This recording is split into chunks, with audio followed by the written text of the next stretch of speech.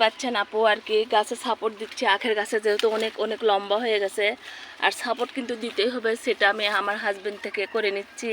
কারণ এই দেখেন যেহেতু আমাদের বাঁশের ঝাড় আছে, আমার বাঁশের সমস্যা হয় না, কঞ্চিরও সমস্যা হয় না, আর এভাবেই কিন্তু আমরা বেঁধে বেঁধে রেখে দিই।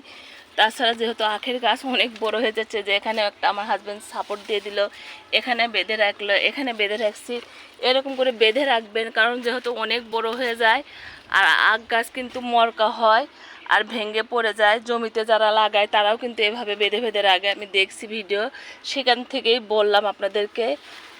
আর সুন্দরভাবে সবাইকে দেখালাম। দেখেন মাশাআল্লাহ কত সুন্দর কালার আর কত ভালো হয়েছে।